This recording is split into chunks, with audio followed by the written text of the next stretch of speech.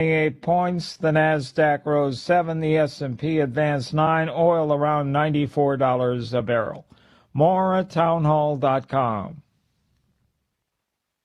It's finally happening. The Fed is making a change in leadership, and that could have a profound impact on the value of your retirement. When interest rates go down, the value of precious metals like gold and silver can surge. Call Advantage Gold right now at 800-900-8000 and get your free gold and silver investor guide, a $49 value, plus a free copy of Ken Rogoff's insightful book, Our Dollar, Your Problem. Inside, you'll get honest information about gold, silver, and other precious metals, so you can explore your options with clarity and confidence. Our specialists can help you open a new account or transfer funds from an existing IRA, tax and penalty free. Markets can turn fast, but gold has maintained its value through every cycle, often holding strong when other assets falter and when the dollar weakens. Are you positioned? Don't miss this opportunity. Call Advantage Gold now at 800-900-8000. Results may vary. Consult your financial advisor before investing. Call 800-900-8000. That's 800-900-8000. Here's the Wall Street Business Report. The stock market added to its records as winners of the artificial intelligence boom keep driving higher. The S&P 500 rose 0.1%, edging past the previous all-time high it set a day earlier. The Dow Jones Industrial Average adding 0.4%, and the Nasdaq Composite rose less than 0.1%. Marvel Technology leaped to its biggest gain on record. That's after NVIDIA's CEO suggested it could be the next company to be worth $1 trillion. But Alphabet weighed on the market after the parent company of Google said it's raising $80 billion to help pay for its AI investments. The Dow gained 229 points today to close at 51,307. The Nasdaq up 7 to 27,093. The S&P added 9 points to 7609. For the Wall Street Business Report, I'm John Scott. News and analysis at townhall.com. On Point Weather, brought to you by our friends at Palmetto State Armory. On 107 The Point. Here's tonight's forecast. Clear and cool overnight, the low dropping down to 54. Tomorrow, a beautiful stretch of weather. We start with sunshine all day, a high reaching 81. It's more sunshine for Thursday, 85 the high. And again on Friday with a high temperature up to 88. For the weekend, a blend of sunshine and clouds, highs around 90 both Saturday and Sunday. I'm Cal Moss with your On Point local weather. This is The Point. Make thepointradio.com.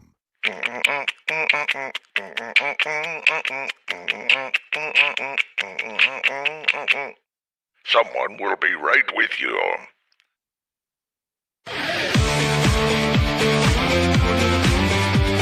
This is Sports Talk with Phil Kornblut and Chris Bergen.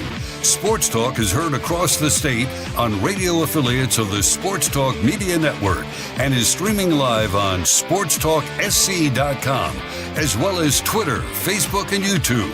The South Carolina Education Lottery lucky number to call in is 888-898-2525. That's 888-898-2525. Now, here are Phil and Chris with tonight's edition of Sports Talk. And good evening, everybody. Welcome to Sports Talk Media Network.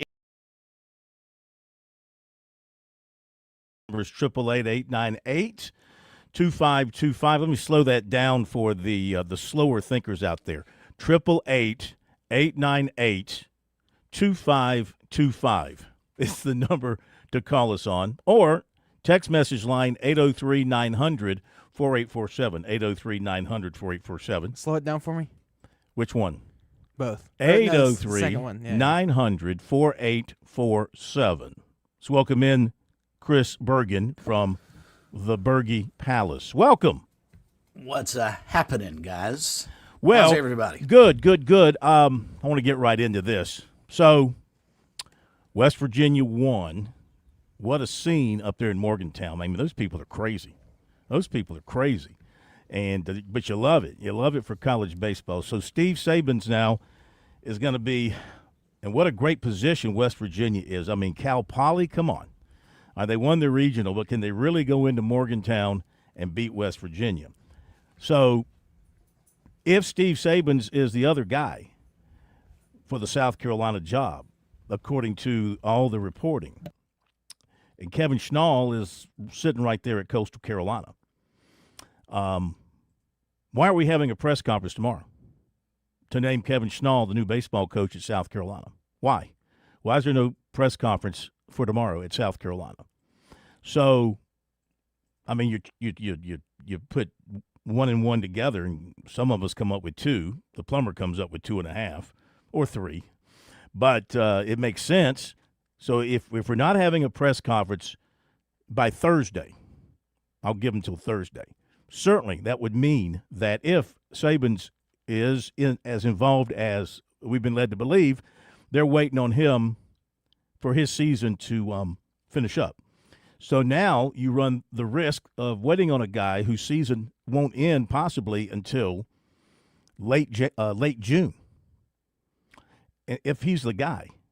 And then if you wait then and you hire him, it's the end of June. It's all of June, and you're dead in the water as far as the free agents are concerned. This will be like Maneri 2.0 coming in after everybody's been signed.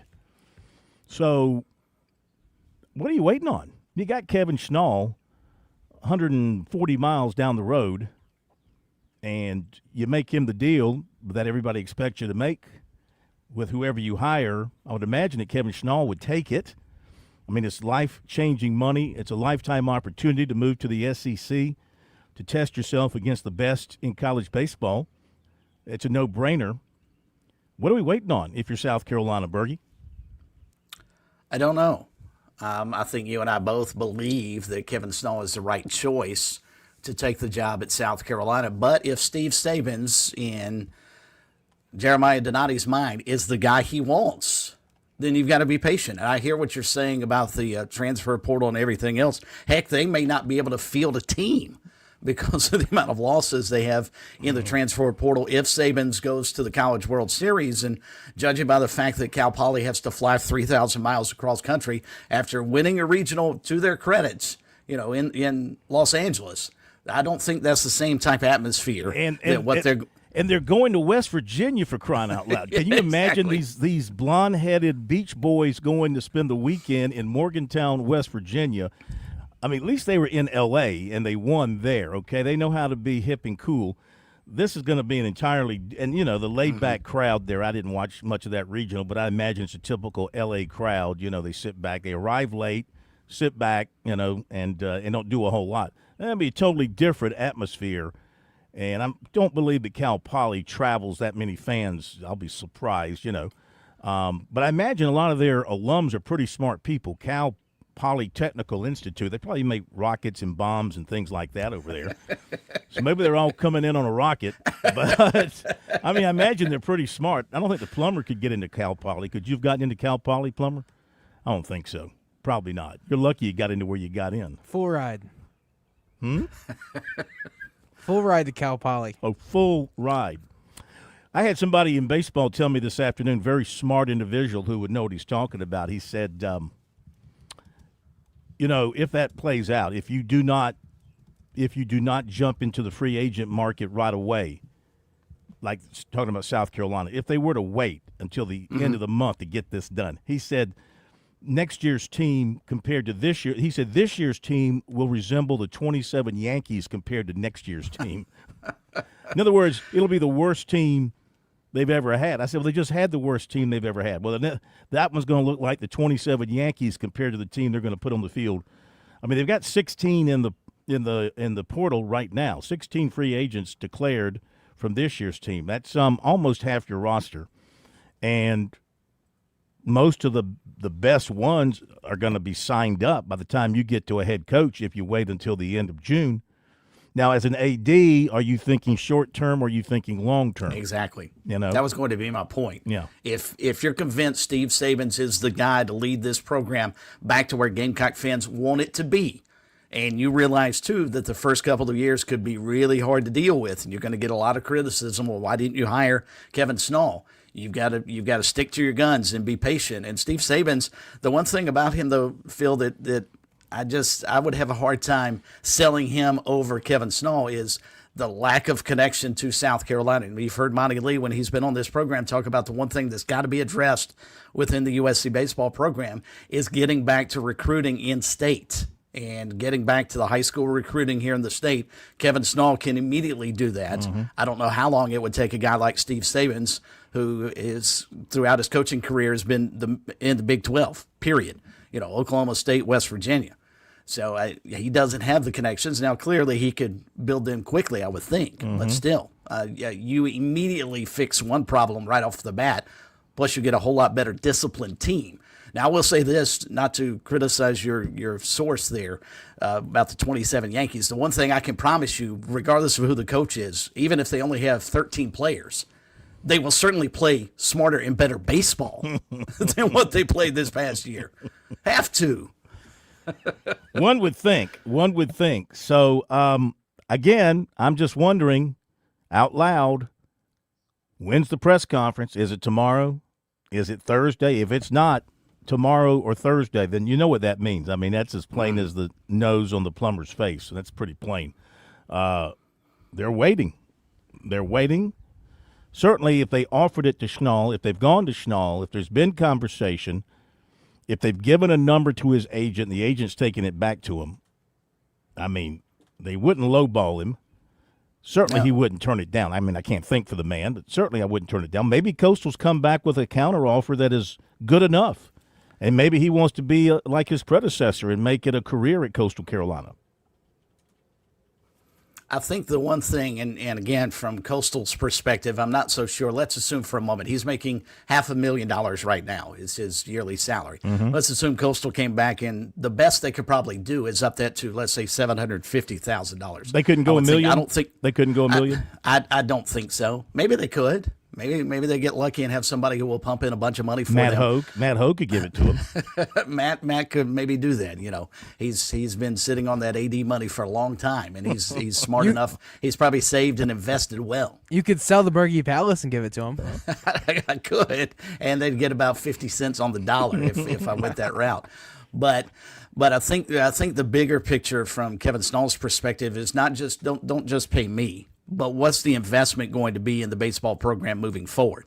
What amenities can we add to what we already have? We've got an awesome place to play, but we need to add some stuff. Do we want a truly indoor hitting facility? Do we want a pitching lab?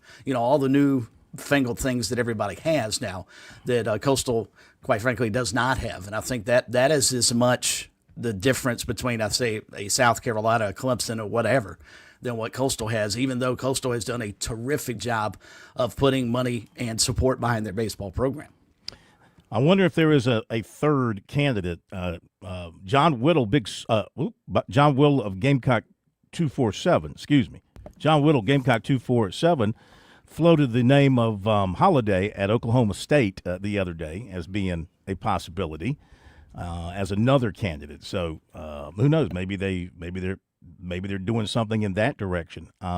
Again, everybody and their mother believes Kevin Schnall is the number one guy for the job for all the reasons you just pointed out. Plus, his record speaks for itself.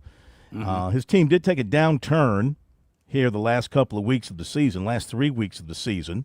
So I don't know why that happened. And maybe didn't play things as smart as they should have in Tallahassee. And I maybe learned the lesson. Never again. If I'm that coach, if I'm a coach like he is, or one of these other number 1 or 2 seeds that got beat by a 4 or 3 because I didn't throw my best guy, never again would I do that. Never again. I wouldn't make that mistake again because, A, what's the sense of taking a risk and having to come out of the loser's bracket with your best guy? Okay, now I'm going to throw my best guy, but, I can't afford a loss. And 2, like we saw what happened to both Florida State and Coastal Carolina, the weather became a factor, and you lose your best guy midway through a game, which is unfortunate. That's very unfortunate. So you learn some things, I guess, as you move along. So, again, here it is Tuesday. I'm saying, and we haven't heard anything. I don't think we've gotten notice of have you gotten an email about a press conference tomorrow? Plumber, did you get an email about a press conference tomorrow? I think it'd go directly to the plumber. His email address, by the way, is plumber@gmail.com. It's actually plumber@sportstalksc.com. Oh. Well, then why'd you put that out there? You're going to get all kind of vicious emails. That's not lying. You can actually email that. All your plumbing requests. Just keep in mind, he charges $75 an hour. That's right. 125 just show up fee or whatever you call it. All right. So that's my first thought on the day. Now on to some other things. And our phone number, 888-898-2525. We've got the schedule now for the Supers after last night's games. So on Friday at noon in Morgantown, it'll be West Virginia and Cal Poly. On Friday at 5 o'clock, it'll be Troy at home hosting Little Rock. Then Friday, 3 o'clock, it'll be North Carolina, Southern Cal. Now, that'll be a lot of fun. Actually, North Carolina, maybe I didn't make this clear enough on Monday of Selection Day. I really thought I think I did say I thought North Carolina was underseeded. I thought they were better than a 5 seed because they've got pitching. They got pitching going to bed. Mm-hmm. So that'll be a good series. And be fun. Listen, if you're on this side of the country, you get to host a UCLA or a Southern Cal. That's always kind of fun when they come across the country. Ole Miss and Auburn, that should be a great one. That one begins 8 o'clock on Friday in Oxford. No, at Auburn. That'll be at Auburn. Correct. Yep. Other side of the bracket, the Saturday games. You got Kansas hosting Oklahoma, 6 o'clock on Saturday. You got Alabama hosting St. John's, 9 o'clock on Saturday. Texas hosting Oregon. That should be fun. 8 o'clock on Saturday. And Georgia and Mississippi State, no cowbells allowed, in Athens at 11 in the morning on Saturday. Now, that stinks for Georgia and their fans. I mean, who wants to be at the ballpark at 11? Of course, it's only an hour before noon, but still, 11 o'clock seems a lot earlier than noon, even though it's just an hour. And there doesn't seem to be a reason to start any games before noon local time and start any games later than, say, 8 p.m. local time. But I don't make the rules, ESPN does. But how fascinating and how good a job did the state of Alabama do in baseball this year? Well, Three super regionals. Yeah. Well, let me go back to what you're saying. You're right, because look at this. The first game on Saturday is 11. They don't play, and that's on ESPN. The next game on ESPN is not until 8. So obviously they've got programming going on. Is it the softball that they're going to have? Softball will be done by, I think, Friday. All right. So what are they plugging in? Tractor pulls or UFL maybe? I don't know, but they're got to. So you got all that daylight, all that afternoon potential programming, and you're not going to use it. And you're going to make Georgia start at 11 in the morning. I'd like to see what their programming lineup is for Saturday. Oh, wait a minute. Time out. You got some of the game twos from Friday. There we go. True. So Saturday, this game 2 of North Carolina Southern Cal, that's going to be at 2 o'clock. So that falls into that 2 o'clock spot. So you got 11 and 2, and then 8. You still have a pretty good spread there, because the other 3 Saturday games from the Friday matchups, nope, there's a 5 o'clock. So you got 11, 2, and 5, and 8 on ESPN. So there's baseball all day long. I apologize, ESPN. I didn't mean to snap at you like that. Be right back after the break. This is Major Billy Downer with the South Carolina Department of Natural Resources. Boating season is here, and as you get ready to go out on the water this spring and summer, make sure you have all the required safety equipment on board. Check for a sound device. A horn or whistle will suffice for most boats. Inspect all of your life jackets. Make sure they're in good condition and are the correct size for all of your passengers. If your boat is over 16 feet, you will need to make sure you have an approved throwable device on board as well. Remember, boating safety is no accident. Traveling can be the worst, especially when you can't find your favorite show. Well, don't worry. We've got the perfect way to keep up with everything happening in the Palmetto State when you're away from home. Just pull up the Chief Sports app on your mobile device, and you can listen live to Sports Talk. All right, welcome in, everybody. Sports Talk Media Network. So the next time you can't find us on one of our great radio affiliates, just log on to the Chief Sports app, the best way to stay connected with the Sports Talk Media Network. Stop giving your hard-earned money to high interest rates. Founders Federal Credit Union delivers with credit card rates lower than the national average, with rates starting as low as 12.5% APR. That's way smarter than the over 20% APR rate the other guys are offering. Founders credit cards are reliable for all your needs, secure with MasterCard's ID theft protection and zero liability, and convenient with easy payments, loyalty points for rewards, and mobile access anytime through Founders Online. Experience the difference with Founders' lower cost, peace of mind, and effortless use. Take control of your finances right now. Visit foundersfcu.com/cc or an office near you to get your card today. Membership qualification required. Terms and conditions apply. See website for details. Country roads take me home to the place I belong, West Virginia, Mountain Mama, take me home, country roads. I love that song. But It's a good song. It's a long. I'm gonna have to deal with it in September too. Really. You better get ready. But I mean, it's the first time I'd seen the end of a West Virginia home baseball game. I didn't realize they stood there and sang the whole thing. I could get singing like the opening verse or whatever. Right. Do they have an alma mater? I'm sure they do. Is that it? And that's not their alma mater. No, that's what's his name? John Denver. Yes, John Denver. I know. I'm just. Yeah, it's not the do alma they mater. also sing the alma mater after a baseball game? I only saw him sing this. Well, maybe they've changed it. But they sang the whole thing. I mean, apparently, and not a single person had left the stadium, and they were like all in unison. And it was a great, touching, feely moment there. So, did you shed a tear, Phil? I got a little emotional watching that. I mean, come on, I'm an emotional guy. Their alma mater, by the way, was written in 1937 by students at West Virginia. So, not John Denver. Yeah, I'm sure it has something to do with moonshine, racing through the mountains, and my mama. None of the above. Well, I'll tell you what. It's your typical alma mater. The home of the Mountaineers. Sing we of the of thy honor and all that stuff. They're great people. Yeah. I had some friends many years ago who were from West Virginia. Awesome people. And I mean, salt of the earth. They worked in the coal. Well, they were in the coal mining business, and I think the older people in the family worked in the mines, came up through the mines before they became executives, And I mean, if you live in West Virginia, you grew up in West Virginia, that's been your home, somebody in your family's worked in the coal mines. There's no question. Mm-hmm. And then you've all moved to Myrtle Beach. Yeah, they really have hit Myrtle Beach. They have taken over. But you're right. They are wonderful people. The times we get to go up there for Marshall and then this upcoming fall, Coastal Football at West Virginia, I mean, just great people, very hospitable. Real quick, and we'll get the phone calls, 888-898-2525, again, for the slow of thinking, 888-898-2525.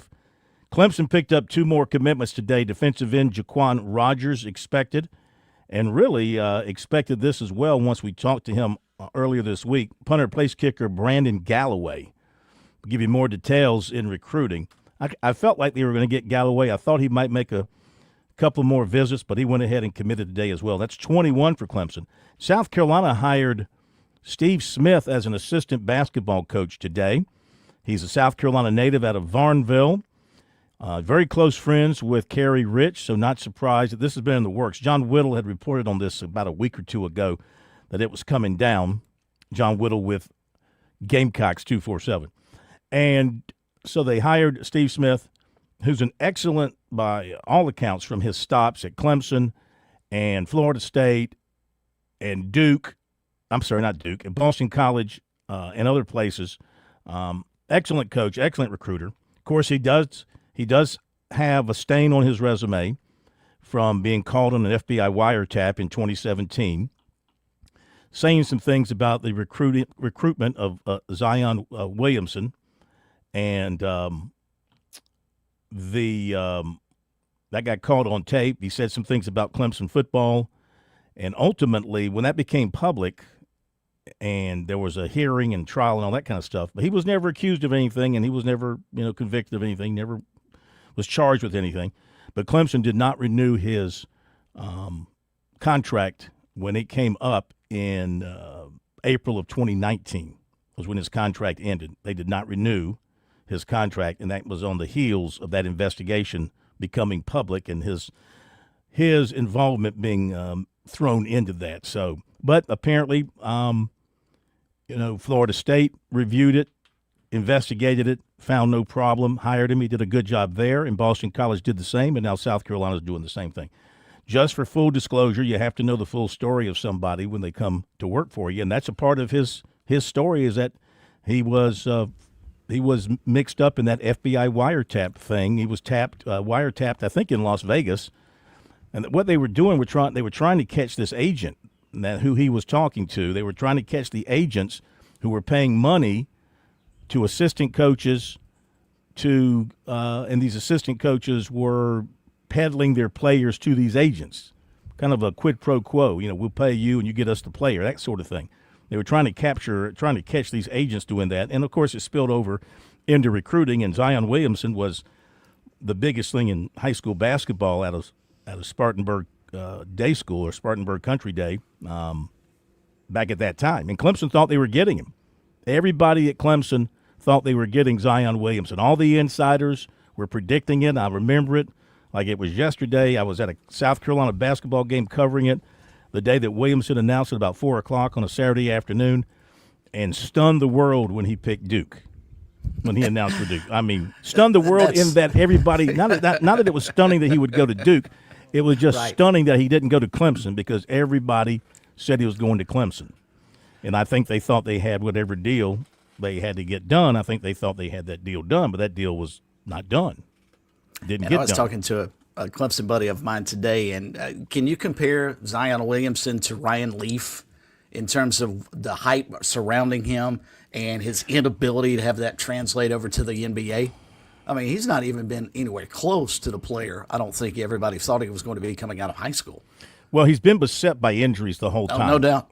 No doubt. And he's gotten himself involved in some off-the-court shenanigans as well. Mm-hmm. He got apparently some baby mamas out there. I don't know how many, but he's been busy. His injuries didn't affect that part of his lifestyle, I guess. But very true. That part of his body is fine. I mean, as far as the injuries go. But he has been hurt practically his entire NBA career, so that's really hampered him. I've just always felt he was too overweight. He was just too big, and I think that's contributed to some of that. Who am I to say who's too big? We'll be right back and get to those phone calls. On Point Weather, brought to you by our friends at Palmetto State Armory. On 107 The Point. Here's tonight's forecast. Clear and cool overnight, the low dropping down to 54. Tomorrow, a beautiful stretch of weather. We start with sunshine all day, a high reaching 81. It's more sunshine for Thursday, 85 the high. And again on Friday with a high temperature up to 88. For the weekend, a blend of sunshine and clouds, highs around 90 both Saturday and Sunday. I'm Cal Moss with your On Point local weather. What's better than getting the best Wagyu and Hereford beef anywhere in these parts and getting it delivered to your door? How about knowing you're still supporting local farmers in Saluda over at H&J Cattle, where tradition meets quality? Visit HandJCattle.com. Place your order for $50 or more, get free delivery in Richland or Lexington County. Plus, Point listeners get 10% off your order. Enter keyword The Point as one word for your discount. HandJCattle.com. The Point. Street with SRN News, I'm Keith Peters in Washington. Acting Attorney General Todd Blanche says the Trump administration is scrapping plans to create a $1.8 billion fund meant to compensate allies of the president after widespread political backlash and setbacks in the courts. Quote, "We are not moving forward with the fund, period," Blanche said. Iran stopped communicating with mediators after Israel threatened to bomb Beirut as it fights the Lebanese militia Hezbollah. That's according to two semi-official Iranian news agencies, but President Trump is disputing the claim and says talks are continuing. Yet another good day on Wall Street with the Dow up by 228 points, the Nasdaq rose 7, the S&P 500 advancing by 9. More details available at srnnews.com. Lots of plumbing companies out there. Few are truly local. Time to discover the difference with Franklin Plumbing and Drain Cleaning. See, when I faced plumbing woes at the Cohen home, Josh and his dedicated team, well, they were my go-to solution. They make a commitment to exceptional service. They arrived on time, clearly detailed all the costs and procedures, and efficiently handled all my repairs without any surprises. These days, how often do we complain about a lack of customer service out there? With Franklin Plumbing and Drain Cleaning, these folks are professional. They're courteous. They're skilled at what they do, and they've earned my trust, and they've earned my recommendation to you. From urgent repairs to the tankless water heater you've always wanted, they've got you covered. Visit franklinplumbing.sc.com or call 799-2222. That's 799-2222. Hey, you tell them Kev sent you from The Point. I'm pretty sure you'll want to thank me later. If you're juggling multiple credit card balances, you know how quickly high interest can add up and how stressful it can become. Now through June 30th, 2026, well-qualified borrowers can pause interest when they transfer credit card balances and enjoy 0% APR for 12 months. A balance transfer can simplify your life, making it easier to focus and manage your budget. This limited time offer can help you move forward with confidence. Upon expiration, APR will then revert to the standard variable APR, currently 12.5% to 17.90%. If credit criteria are not met, 17.9% APR will apply. Visit apply.foundersfcu.com to get started today. Not a Founders member yet? Stop by an office near you or visit us online at foundersfcu.com to see if you qualify for membership. Membership qualification required. Terms and conditions apply.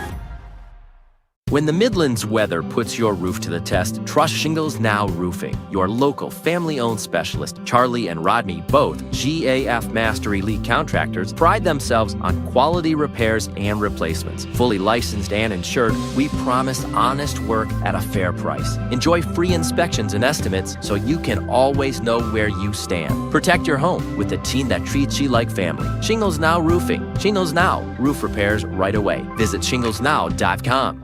Nothing better than a Saturday night in Casey, West Columbia. It's the return of Rhythm on the River, proudly presented by the Greater Casey West Columbia Chamber and Prisma Health. Come out to the Savage stage at Savage Craft Ale Works on Center Street this Saturday and give a listen to Van Morrison tribute band One Irish Rover. It's family friendly and pet friendly. This year, we even have pop-up bands of various local businesses. For more information on this and all events, check out cwcchamber.com/Rhythm on the River, and we'll see you Saturday at Rhythm on the River.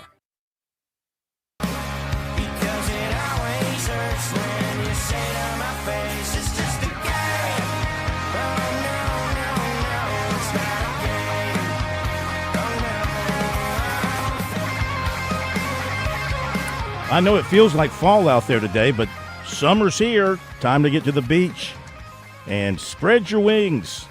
Stick your toes in the water. Enjoy the Grand Strand. You don't have a place to stay? You know what? That's a problem. That's our problem. We can fix that problem for you by calling Jimmy Smith at James Smith Real Estate, online at pauliesvacationrentals.com. Very simple. One click will do it for you. pauliesvacationrentals.com. Or if you prefer the old-fashioned way, you have a dial-up phone or maybe you have a cell phone, 843-237-4246. 843-237-4246 for your perfect beach getaway. 843-237-4246. Your perfect beach getaway. James Smith Real Estate, pauliesvacationrentals.com. My buddy Tommy sends me a message. My wife is from Chester, West Virginia, by God. Oh, I'm sorry, Chester, West by God, Virginia. Correct. Very tip-top of West Virginia, 20 miles from Pittsburgh. I know his wife, and she's got all her teeth, so that's a good thing. It's good. I thought she's a Steelers fan too. Oh, I'm sure she is. And a Clemson fan through and through. No question about it. All right, to the phones, 888-898. It's been a while. When's the last time we took a phone call from a listener, Plumber? It's been a while. Andy a couple of days ago to criticize your spelling on. Oh, that's right. That really wasn't a phone call. I wasn't there for that. That was a migraine. Wednesday. That was a migraine. That was Wednesday, yeah. Yeah. Jamie in Hilton Head, welcome into Sports Talk. Good to have you with us. Good evening. How are y'all? Good. Good. Listen, I want to talk a little South Carolina baseball. Okay. I love to see the state of South Carolina have be a strong baseball state. So I love to see all programs have strong coaches, and I love to see all programs be strong. But my question to you, I heard today that the Troy coach could be in the mix at South Carolina, and I'm friends with some alumni ball players from South Carolina, and they're all screaming for Landon Powell. Mm-hmm. Okay. So I just wonder about that. And I would love to see the coastal coach come to South Carolina, but I would hate it because I think it would weaken the coastal program. So fast forward, do you think Monty Lee would be a candidate down there at Coastal if the coastal coach came to South Carolina? Well, candidate means there's interest both ways. I think he would be interested. Would Chance Miller be interested in him? Their paths didn't really cross, I don't believe, when he was at South Carolina. Monty was gone before Chance got here, and then I think Chance was gone before Monty came back. I don't think they really worked together at South Carolina, so I don't know if there's much of a connection there. That being said, who knows what direction Chance would look at, if he would look internally at somebody on the staff or go outside thinking he could find somebody. Would Skylar Meade be good at Coastal Carolina? Is Coastal Berge? Well, you're not the one to ask, but I'll ask it anyway. Is Coastal Carolina a better baseball job than Troy?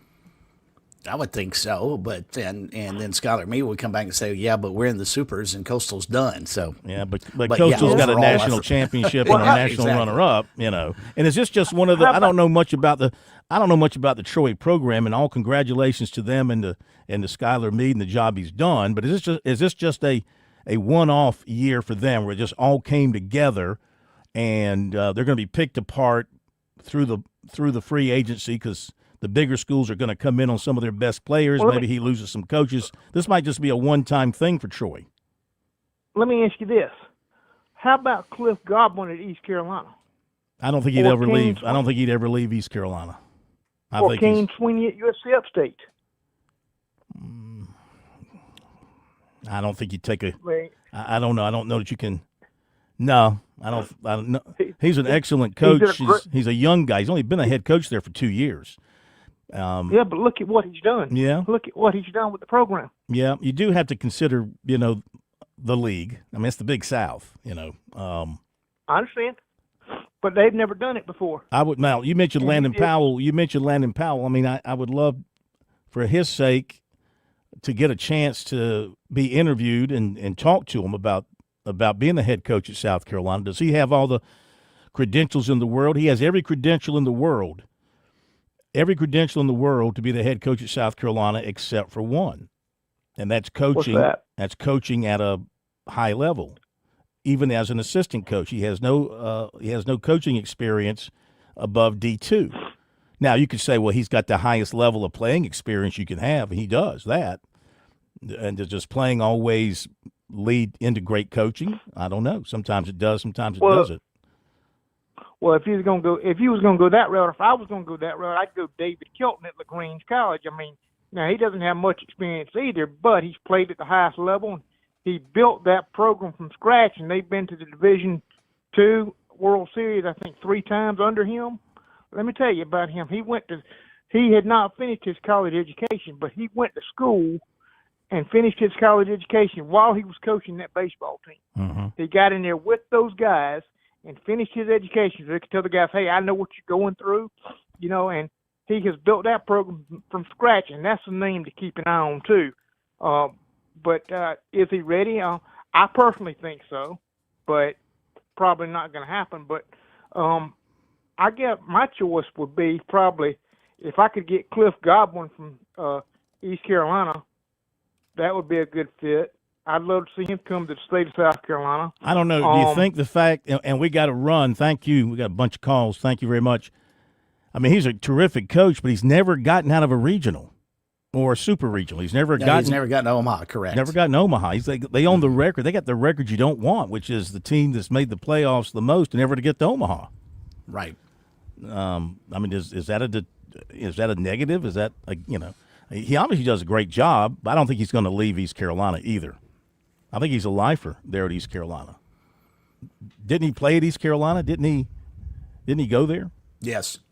So I think, it's ironic. His resume, with the exception of a little more head coaching experience, his resume looks exactly like Kevin Snall's. Mm-hmm. He was a catcher in college, played at his alma mater, played at East Carolina, and then went on to coach his alma mater. Same thing with Kevin Snall. He was a catcher at Coastal, came as an assistant, now the head coach there. I mean, aside from experience, and Cliff Godwin has been the head coach at East Carolina for, 11 or 12 years now, and has done a terrific job. I mean, they are a very good, solid baseball program, but you're right. The one knock on him is, you can get to the NCAA tournament because you play in the American, but can you do anything with it? And unfortunately for him, they just haven't. And it's been almost inexplicable, some of the super regionals and regionals that they've lost, because they've actually probably been the better team and just can't find a way to get out of there. I've been to Greenville, North Carolina for regionals. You have too. Yes. It's a great place. Great. They call it the jungle. They call it the jungle, and it's a great atmosphere. Keith in Camden, you're up next here on Sports Talk. Welcome in. How are you? Hey, Phil. Yes, sir. How y'all doing tonight? Fantastic. And your cohort beside you. I'm trusting the system. I think the names, you look at West Virginia, you look at Coastal. I mean, I like the fact the Coastal guys already established in the state. But the reality is this is going to have to be ground-up foundation, getting back to the high school. I think, today's you can have 35 scholarship and walk on. We've had 17, 18 leave. With all due respect, the reality is probably 8 to 10 more need to volunteer to leave before the new coach gets there. So this is going to be a total rebuilding, and whoever we go with, we're just going to have to be patient. But there's no quick fix. And I'm kind of, I favor the West Virginia guy, but then I think of the Coastal establishment in the state. And I'm going to say this. I trust the system, and thank goodness Ray Tanner's not making the decision. Y'all have a good evening. He just had to get that in, Just had to get that in. One thing I like about – I don't know much about West Virginia's style of ball. I haven't watched them all that closely. Now, I did see them last year at Clemson's regional. They won that regional. Ironically, they beat Kentucky to win that regional and got a chance to sit in the press conference, listen to Steve Sabins, and I was impressed by this is a young guy. He's a funny guy. Yep, funny guy, nice-looking family guy, and good representative at West Virginia. I don't know a thing about his background. I think he was an assistant at West Virginia before he took over for Randy Mazey. Randy Mazey built that program into a power, the former Clemson star outfielder, who was at East Carolina before he went to West Virginia. And Sabins was an assistant, so he steps up, and he's really, 2 for 2. 2 years as a head coach, 2 super regionals. So that's pretty good. I don't know much about his philosophies or anything. The thing I like about Schnall is he makes you play the game of baseball. In other words, he's just not up there 3-run homer, he's not doing Earl Weaver baseball where he just plays for a 3-run homer. I mean, he's making you play the bunt, he's making you play the squeeze, he's making you play the hit and run, he's stealing a base, they're hitting for power, and, of course, pitching. I mean, his style of baseball, personally, to me, is more enjoyable because he uses the entire playbook when it comes to managing a baseball team. I would agree wholeheartedly, and I think that's what makes him, as Gary Gilmore told us a couple of weeks back, Phil, he said, he would be unique in his style of play in the SEC because everybody else in the SEC is power arms and trying to hit that 3-run home run. He's going to make you cover every bit of real estate that's out there at Founders Park. And 9 times out of 10, it's going to work because, let's face it, defense in college baseball is just not that good. And you look at what West Virginia does, somewhat similar. They don't hit for a lot of power this season. They stole 104 bases, and their pitching staff's terrific. Their pitching staff ranks 8th in the country, just behind North Carolina and Auburn. So, I mean, they had an ERA of under 4. Gamecock fans would clamor for that if you could just translate that. So if you're looking for what West Virginia does well, it's steal bases, and they just don't give up a whole lot of runs. But, yeah, I think in terms of the small ball style of play that Kevin Stahl and Coastal have implemented, and keep in mind, in years past, not only can they do the sacrifice bunt and advance runners, they can also hit it out of the park. The year they won the national championship, back in 2016, they led the country in home runs and also in sacrifice bunts. So yeah, they can do it both. Let me check. It's 6:47. Nope, no press conference has been called for tomorrow. The wait continues. I should probably check my email. He emailed me first.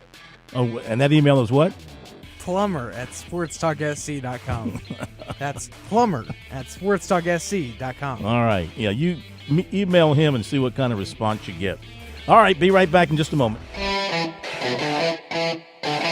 If you're a new parent or grandparent, it might be tough to picture your little ones heading off to college, but it'll be here before you know it. I'm State Treasurer Curtis Loftus. Future Scholar, South Carolina's 529 college savings plan, makes it easy to start saving for a child's future education right now. You can start with any amount. Contributions are tax deductible and earnings grow tax free. Discover the smart, easy way to save for college today at futurescholar.com. That's futurescholar.com. There's a lot of things we take for granted in our lives. Your home's AC will run cool. Your drive-through coffee will be hot. And the car will start when it's time to take your kids to school. It's when things don't go as planned that you start thinking about who to call and where to turn. The good thing is, you can prepare for life's most difficult days by calling the Larry Lucas Agency today. Larry is a State Farm agent that has been taking care of people across South Carolina for more than 2 decades. You probably have insurance, but switching is easy, and bundling can save you hundreds or more. Most importantly, the Larry Lucas Agency can help you choose the protection you want at the price you want. All backed by South Carolina's #1 home and auto insurance company. Visit LarryLucasAgency.com today or give Larry a call at 803-799-1998. Like a good neighbor, Larry Lucas State Farm is there. Looking for thrills? Then welcome to the South Carolina Education Lottery, where excitement's the name of the game, and every chance at a win Just one more. Come on, so close. comes with the chance of a whiff. Ugh. Well, no biggie. Nicely done. You handled it like a pro. Because when the stakes start getting too real and you find yourself playing for more than fun, it might be time to take a break. Good point. Playing for fun makes you a better player, and a better player is a better you. Learn more at SCEducationLottery.com.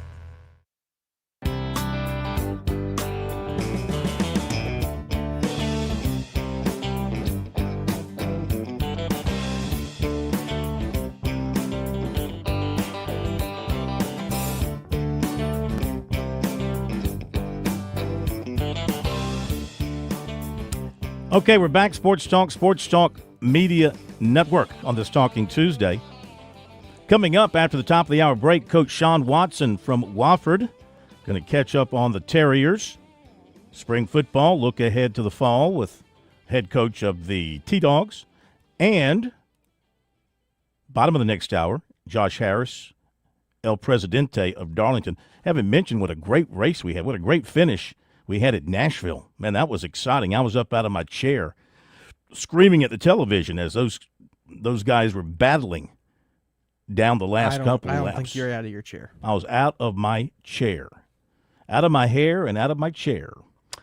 Definitely out of the hair. Now, I wanted to mention this, too, before we get back to phone calls. South Carolina announced today their Athletic Hall of Fame selections for this year, and it's another great group. Couple of things to say about it, however. It's not that I'm picking on the University of South Carolina. I mean, things I see. This just bothers you, doesn't it? Bother me. I know where you're headed Two with things. First of all, Steve Spurrier is going in, of course. My question is, why did it take them so long to put Steve Spurrier in? They should have been the first to enshrine Steve Spurrier in this state. Instead, the South Carolina Football Hall of Fame did it first, and then the South Carolina Athletic Hall of Fame did it, and now the University of South Carolina is doing it. Why are you last in enshrining your all-time winningest coach? He should have been enshrined the year after he left, or 2 years. I don't know what do they have criteria? Do you have to wait a certain number of years? I'd have to look that up. But he's going in. Who is not going in, not taking anything away from anybody who's going in because they all deserve it, who is not going in for the second consecutive year is a former Gamecock football player. That's 2 straight years with no football players going into your Athletic Hall of Fame. Alshon Jeffrey, he's not in the Hall of Fame. Steven Garcia, he's not in the Hall of Fame. Stephon Gilmore, he's not in the Hall of Fame. Is Tannehill? I'd have to look. I think he reason is. I bring his name up, I mean, you could have made a ceremony out of him, putting him into the Hall of Fame since his passing. I think it would have been a nice moment. And, it doesn't bother me as much as it bothers you, but you bring up an excellent point, especially when you have people like Alshon Jeffrey on the outside looking in. There's no reason that a guy like Alshon Jeffrey is not in the USC Football Hall of Fame. Stephon Gilmore. He's every bit as name several. Every bit as big in NFL and everything else. No doubt. Alshon Jeffrey. The people who are going in, and again, all deserving, they are women's soccer player Sabrina DeAngelo, women's basketball player Tiasha Harris, women's tennis player Ingrid Martins, I think, women's soccer Savannah McCaskill. So you got 2 women's soccer players going in, no football players. I'm just saying. Men's swimmer Tomas Peribanio.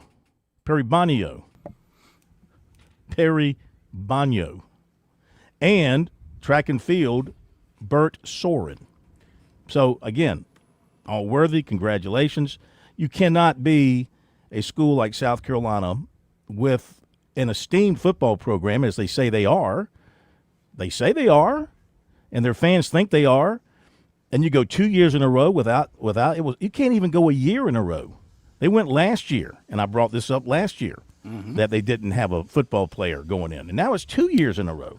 I mean, what is going on with that organization that runs this? I don't even know who runs it. But, I mean, what are you looking at? Really, and Josh just found out Tannehill was enshrined back in 2006. Okay.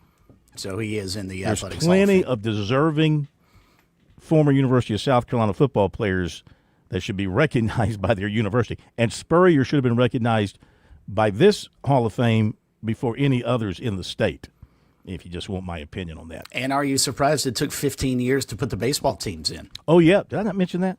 And the 2 baseball teams, the 2 national champion baseball teams are going in collectively as teams. So that'll be cool. That's a nice touch, 2010, 2011. And quite frankly, there are probably 15 individuals that deserve the recognition off of those 2 teams to go in by themselves. But I'm sure they appreciate the fact they're going in as a group. But still, I mean, think about the rosters that those 2 teams had. Good grief. But now you've got to, now that you set this precedent, you've got to do the women's basketball teams that have won national championships. You got to do the equestrian teams that have won national championships. You got a women's outdoor track and field national championship team. You had a bowling national championship team led by Guppy Troop. The USC Association. That wasn't a real national championship, by the way. It's the Association of Lettermen. Yeah. That control that. I know this. All right, let's go back to the phones, and we're going to go to, let's see. Oh, another Hall of Famer. He's in the Lancaster Hall of Fame. Tiger Bryan. The Lancaster School District Hall of Fame? Just the Lancaster Hall of Fame. Tiger Bryan. How are you, I'll sir? tell you what. Man, I need to get a laugh today. I was listening to y'all about I get a laugh about it every time I listen to y'all. But today, awesome. I mean, when you called the basketball player out about being busy, all them baby mamas, that was his rehab nurses. You hear me? He been an injury. He had rehab nurses there. Come on now. You're not calling him out like that now. Come on, Tiger Bryan. Don't drag us into the sewer. We're standing by the sewer. Don't drag us into the sewer. You know what I'm talking about. Yeah, I That's the do. rehab Yeah. nurse. Right, yeah. Hey, you ever been rehab? They all pretty. Yeah. No, I have never been to rehab, but maybe I should try it. Yeah, I'm talking about for injury. Yeah, that's what I'm talking about, too. I mean, I was an athlete. I had injuries. I never hurt myself bad enough to need rehab. Tells you what kind of athlete I was. I'm sure you had. Very strong. So you got to get the gas. You got to get the gas. That's what you make your money out.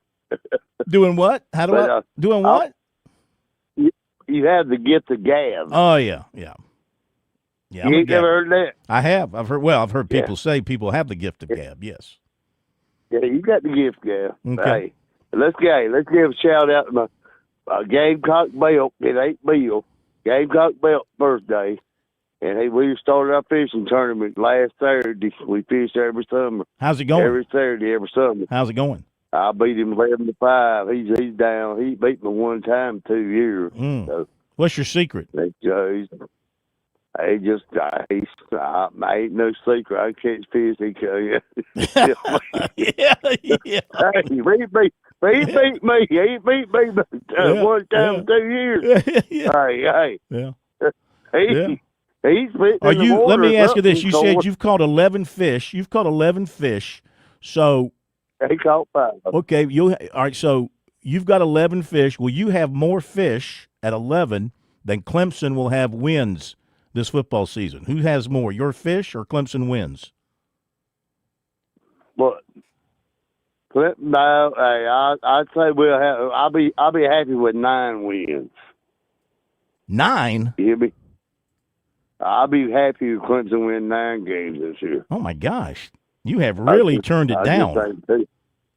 No, I just don't. They got to show me something. You know what I mean? But the way it goes now, I mean, our defense should be better all than transfers. But yeah. Do you think you can beat LSU? I worry more about. Can you beat LSU? I think we got a chance. I think we got a chance. If we keep it close, we might be able to kick a field goal or touchdown at the end. You know what I mean? But it ain't gonna be no cakewalk. You know that. No cakewalk. No. Not down there with not down there. No. Old Slick Willie. Not down there with old Slick Willie. Yeah. Yeah. No. That's what I'm gonna call Slick Willie. That's his nickname now. Yeah, Slick Willie. Could be the lane train. Could be the lane. Could be the lane train running through you. The lane train. You already taking him down? Plummer already cut you off, Tiger Brian. That wasn't me. I didn't do that. Plummer did that. Yeah, he pushed it down. I didn't touch Slick Willie. All right, we're going to hit the break at the top of the hour. We got Coach Sean Watson coming up. We've got recruiting coming up. Josh Harris. More of your phone calls, some text messages as well, and we'll be right back.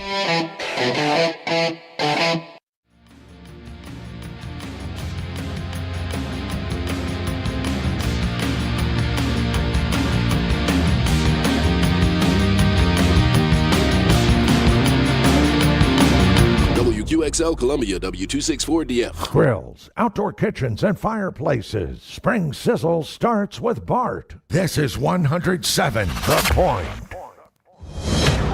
News this hour from Town Hall. I'm Keith Peters in Washington. Testifying before the Senate Foreign Relations Committee today, Secretary of State Marco Rubio says there is some progress in talks with Iran. For the first time, certainly in my memory, they have agreed to negotiate aspects of their nuclear program that just a month ago, just a year ago, they were refusing to even mention, much less enter into discussions about. That is not a guarantee that ultimately it will lead to a deal that's acceptable to the Senate or acceptable to the American people. But we'll be able to engage them in a process to truly test the proposition of how far they're willing to go. Meanwhile, Iran stopped communicating with mediators after Israel threatened to bomb Beirut as it fights the Lebanese militia Hezbollah. That's according to 2 semi-official Iranian news agencies. But President Trump is disputing that claim and says talks are continuing. The Trump administration is advancing what it calls new election integrity measures ahead of the next election cycle. Willie Nelson reports from the White House. President Trump is pushing new election integrity measures through the U.S. Postal Service, requiring states to submit voter lists tied to unique ballot barcodes for mail-in voting. The proposal is designed to strengthen ballot verification and track mail ballots throughout the voting process. The rule is now moving through the federal rulemaking process. Democrats and activist groups are already threatening legal challenges. Willie Nelson, the White House. The Trump administration is scrapping plans to create a $1.8 billion fund meant to compensate allies of the president, the Justice Department's top official said Tuesday, in retreating from a program that faced setbacks in the courts and a fierce political backlash that had threatened to stall key elements of the White House agenda. On Wall Street, the Dow by 228 points. More at townhall.com. Just hearing the word IRS can make people break out in a cold sweat. No one wants to deal with the IRS, and now you don't have to. The good news is Legal Tax Defense has been successfully negotiating with the IRS for more than 15 years. It doesn't matter how much you owe, whether it's $5,000 or $5 million. You deserve the best in the business on your side, and that is Legal Tax Defense. Even if you're working with someone else and just want a second opinion, there is no cost or obligation to call. They can prevent levies, liens, wage garnishments, even file back tax returns. And the best news about Legal Tax Defense is they won't take your case unless they know they will reduce or eliminate your tax debt. Call Legal Tax Defense right now for a free, no-risk consultation. 800-292-7875. 800-292-7875. You have nothing to lose but everything to gain. 800-292-7875. A South Carolina jury finds a convenience store owner not guilty in the murder of a black teenager. We hear more on this story from national correspondent Mike Hempen reporting. A jury in South Carolina has found a store owner not guilty in the 2023 shooting of a black 14-year-old. Jurors have returned a verdict for Chike Rick Chow, who shot Cyrus Carmack Belton in the back after chasing him from his store. Prosecutors say Chow wrongfully thought the teen had stolen 4 bottles of water, but defense lawyers maintain Chow fired to defend his son after Carmack Belton pointed a gun at him. Sobs and cries of distress could be heard from the Carmack Belton family in the courtroom after the verdict was read. I'm Mike Hempen. News and analysis at townhall.com. From Washington, I'm Keith Peters reporting.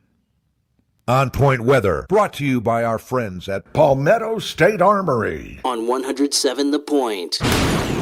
Here's tonight's forecast. Clear and cool overnight, the low dropping down to 54. Tomorrow, a beautiful stretch of weather. We start with sunshine all day, a high reaching 81. It's more sunshine for Thursday, 85 the high, and again on Friday with a high temperature up to 88. For the weekend, a blend of sunshine and clouds, highs around 90 both Saturday and Sunday. I'm Cal Moss with your On Point local weather. WQXL Columbia, W264DF. Grills, outdoor kitchens, and fireplaces. Spring Sizzle starts with Bart. This is 107 The Point. This is The Point. Make thepointradio.com. The Point.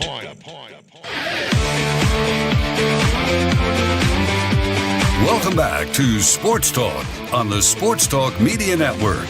You can reach the guys with the South Carolina Education Lottery lucky number, 888-898-2525. That's 888-898-2525. Now back to Phil and Chris with the second hour of Sports Talk on the Sports Talk Media Network.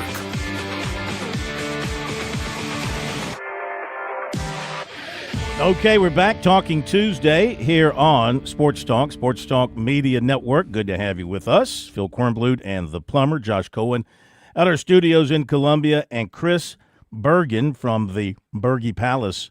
I've been there. It's a palace over in Sardis. You won't find a better, well-kept, manicured yard than at the Berge Palace. And well-lit, beautiful lights, the whole thing. I've seen it. It's quite a structure. What height do you keep your grass at there? I think, let me tell you, I think he keeps it about 4 inches. You cut it about 4 inches?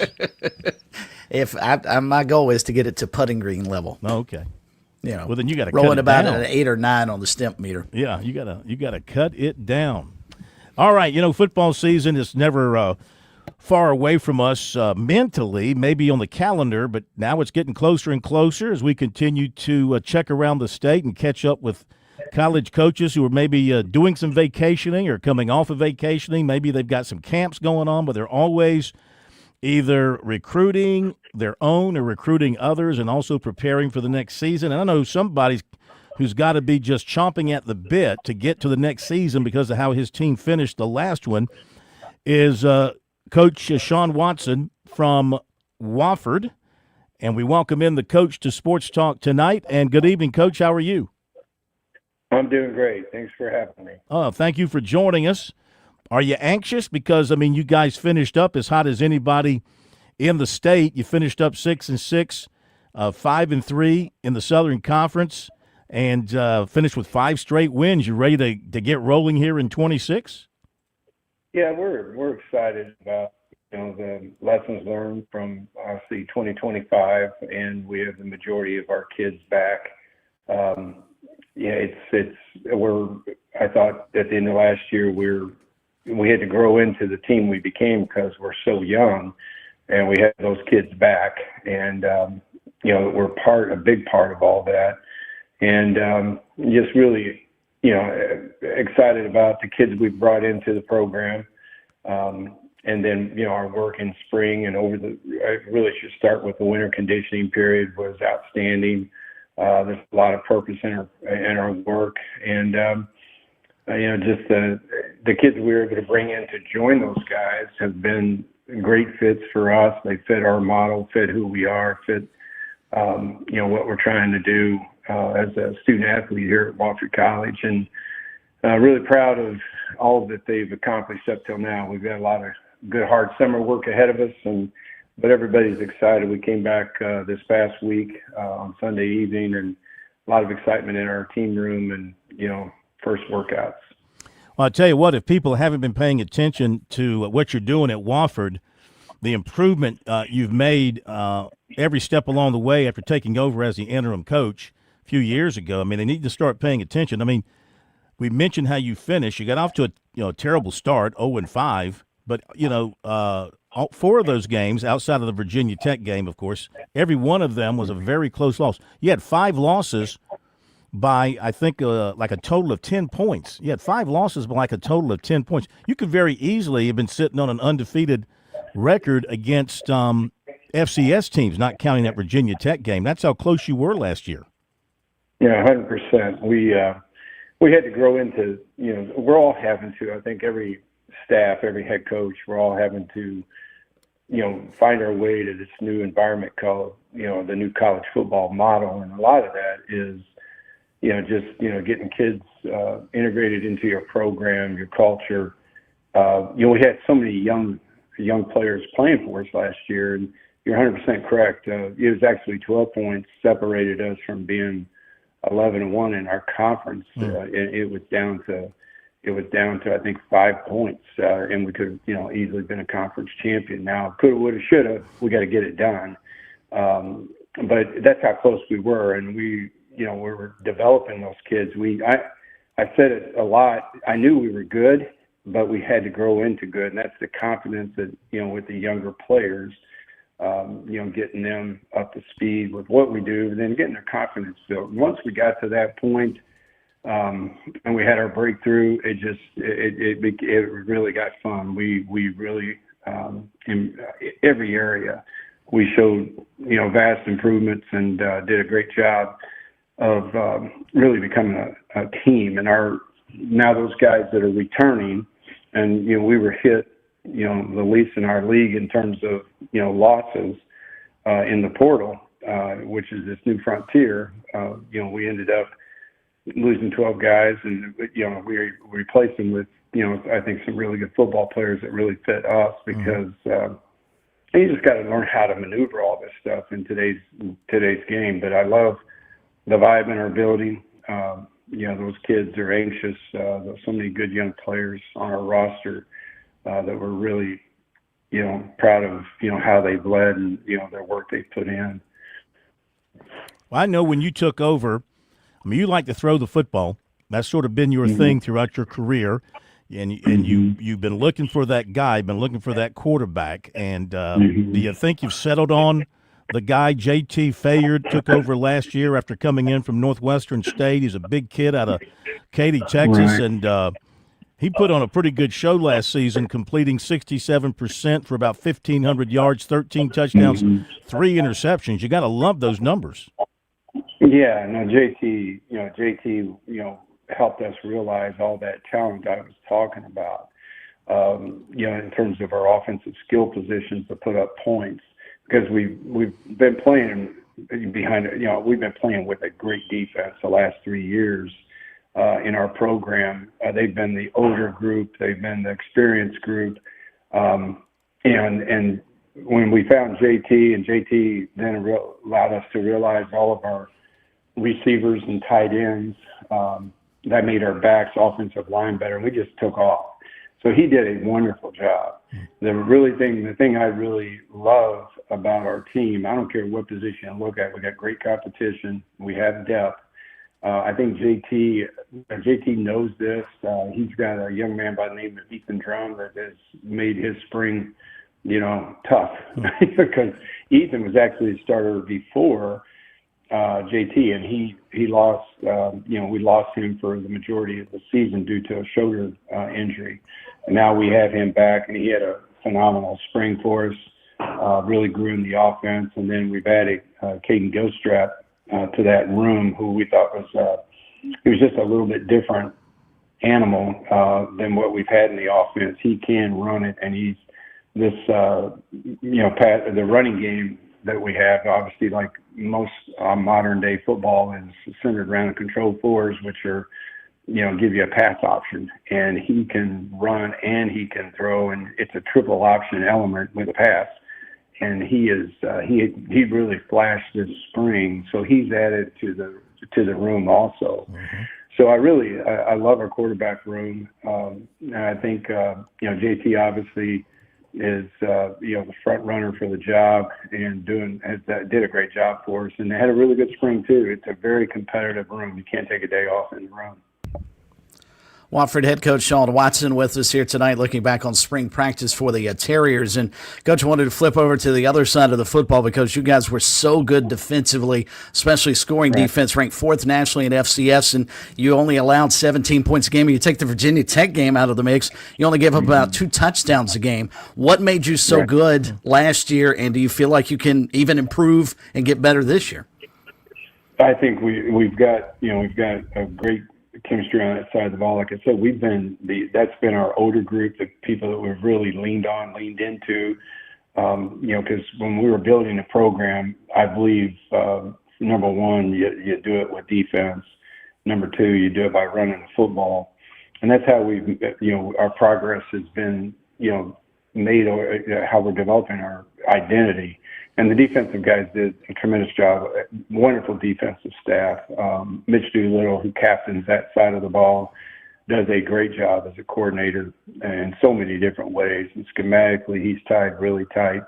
And they do so many really cool things that are really a headache for an offense that, really play to the skill set of our players, which is, master coaching. I think Mitch is a phenomenal coach. And, we were able to benefit from guys like Brandon Mena and then Max Pulley, who Max will probably go down as one of the school's greatest defensive players. I mean, he was phenomenal this past year, when, a consensus All-American, and did everything: leader, player, human being, student. He is a great example for our younger kids who are now following him. So, it's really cool having guys like one of the kids that really learned from him and is a great safety himself is Eli Campbell, who's coming back, and we're excited about him and what he's going to, be able to impart with the new kids that we brought into the program, that we really feel really good about. The guys did a great job recruiting. Well, I'm glad you brought up Mitch Doolittle, because I think he's a fascinating story. I have to ask how a Wofford program got a Presbyterian College quarterback to come over and lead the defense. Mitch is a really unique guy. I love him to death. He's been my mainstay. As a coach, he and I really see things a lot alike. I was a defensive player who coached offense, so he's an offensive player who coached defense. And I think schematically, throughout my whole career, I've gone to Mitch, and here at Wofford, I've gone to him, and we've shared information, and we've got a great working relationship, and he's been awesome for us. So, looking at your schedule, typical difficult FCS schedule with the Southern Conference. I mean, not only are you improving in the SoCon, but obviously the Citadel's gotten better, and I think Furman will bounce back this year and have a good team. And I mean, you're going to have tough sledding because you play so many close games with these teams. Then the end of the year, you go to Oxford to play Ole Miss. Now, the SEC is doing away. First of all, how'd you feel about Greg Sankey referring to that week as Cupcake Week? And then right.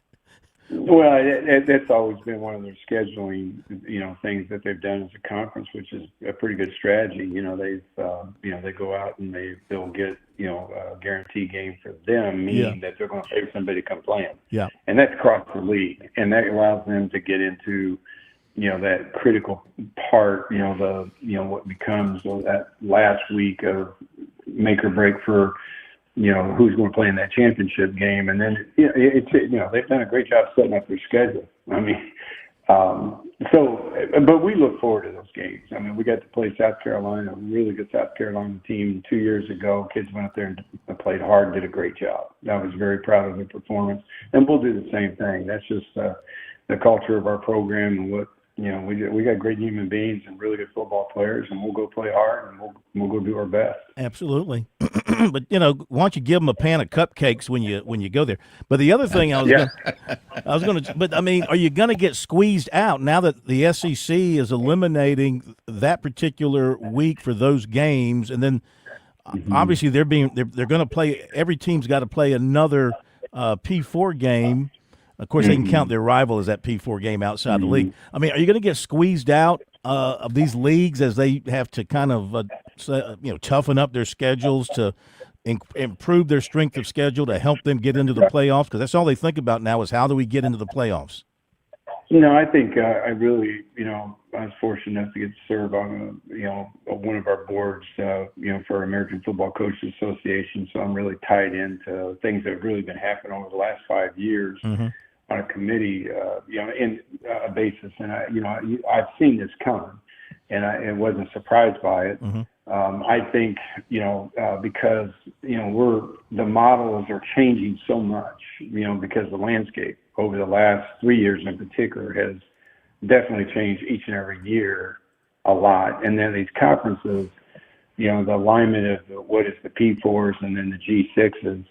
And then there's, the FCS. And I think FCS football, I'll be honest with you, I love it because it's kids that love to play football, kids that, it's really that are, understand the big vision. They're looking at, the long game. That's for the kid that we try to recruit here. The long game being the real true NIL in life or rev share is that thing called a Wofford degree, because it'll work for you the rest of your life, and you'll get networked and all that good stuff. That really means, really honestly, is truly what you hope that a young man takes out of a college experience. So I love FCS football. That's why I've definitely chosen, and I got a great job. I'm blessed, beyond blessed, and grateful to be at Wofford College because I believe in the academic mission of the school. I think it's very similar to one of the greatest coaching experience I had, and that was at Northwestern because the impact it has on human beings' lives. Talking about the power of the degree and talking about, really what is true, generational opportunities for a young man to present to his family and to his life. So our level of football, we're going to find our place. I think we'll, I believe in the end we'll all end up playing. We'll have a guarantee game. I think it'll be down to, one is really kind of what it looks like now. And then it could be these major conferences, I'm talking P4 football, are going to end up circling their wagons and trying to take that TV money, because they've got a great model going right now. It's, there's a lot of viewership and a lot of TVs watching, and now with these the styles of the conference going coast to coast, and the Big Ten can be on from 11 a.m. to 11 p.m. or midnight on the West Coast. So it's all about, in the end, I hate to say this for them, I'm talking about the business aspect of football, the administration piece. It's about money and, making money, which we have to support programs that way at that level. But that's why I love our brand of football. It's about ball. It's about human beings. It's about life. I think the G6s are very similar. They're kind of in between. And how it all falls out, it's going to be interesting, because I see people jumping up and going to try to make the trip and see what that looks like. And then what does FCS become like? I think that's one of the things over the last 5 years I've been a part of, is really, because everybody loves this brand of football now. It's so competitive. I love our league. I mean, you just said it a while ago. When we line up and play every week, it doesn't matter. You better have your A game on, and you got to coach and you got to play. And because it's a very, very, very well coached league. There's a lot of excellent coaches in our league. I'll tell you what, I hope, and I hear what you're saying, and I hope places like Wofford and Furman and Citadel, schools like that. I don't want to leave anybody out. That the Southern Conference schools and those like that, Presbyterian, but you're a little bit bigger than Presbyterian, even though they had a great year last year. My point is, I hope you never lose your identity. Agree. Because there are people who are aging out of the big time football scene. They're tired of giving the money. They're tired of paying for everything. And they're tired of the headaches of going to ball games. And you'll find them, I think, drifting down to, they'll find someplace else to go. And there's nothing more fun than going to a Wofford game or a Citadel game or a Furman game on those campuses and parking your car and walking in and having a good fall afternoon, watching good football, and then just getting in your car and going back home and feeling like you saw something, a very good product, which is what you guys and the rest of you in the league at that level, that's the kind of thing you present right now. Amen. I 100% agree with you. We have got a great brand for the fan who is truly a fan of the sport, who loves the game, for the game for what it is. The competitive piece of it. I just it's been interesting seeing the last 5 years all that's transpired. Really, ever since we all came out of COVID, so much has happened. And COVID created a lot of things where we were able to create this, the opt-out if your school did not participate. So that was the first portal, really. And there's so many things that got tried. And, I really believe this. In the end, we are coming back to a level of normalcy. I can't tell you what that looks like right now, but I love the fact that we're talking about, the student athlete, because in the end, I do not want a kid that I coach to be palms up when he gets out there in life wondering what he's going to do when he's got a wife and children. I want him to have something. That's why I love this model. I love what we stand for here at Wofford College. I wouldn't change a thing. And we're not going to compromise who we are and what we believe in. For what college football has, it looks like it's becoming, but I can tell you, and you guys probably see what we see, and there's so many things happening across the landscape where we potentially, and no one can afford all the craziness that's become a no rules NCAA model in any sport for that matter, but especially the big two: football, men's football, and basketball. So I think we've got to get back to what our mission is as colleges, universities, and that's to educate, and to make sure that these young men walk out with something that's going to be meaningful for life, and that's, a degree. And then we network, teach them how to network and how to use internships and build a resume while they're with us. And then, they are successful in life, because in the end, that's why I'm doing it. Sure.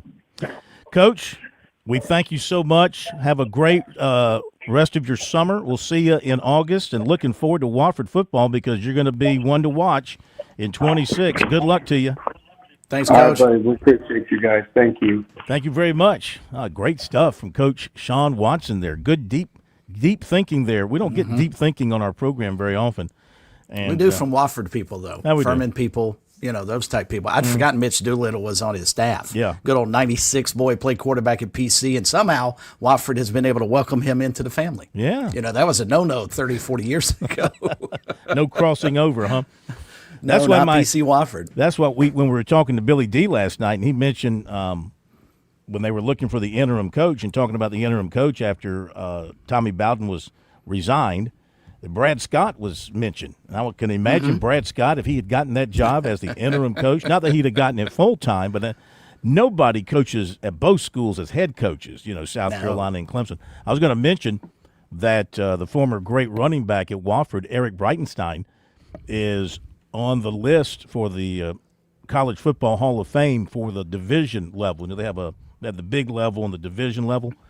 He's on that list for the Hall of Fame. That's great. You have Sammy Watkins and Donnell Wolford from Clemson is on the big list, the big schools.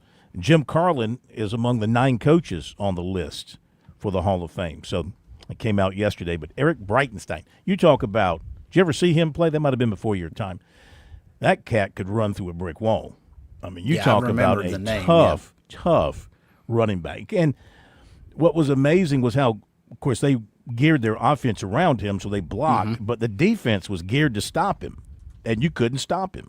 He was just that good, that strong. So Coach Watson's doing a great job. You better keep your eye on he was right. It was 12 points, not 10. Plummer, you ready? It was 12 points, not 10. It was 12 points, not 10, Plummer. 12 points, not 10.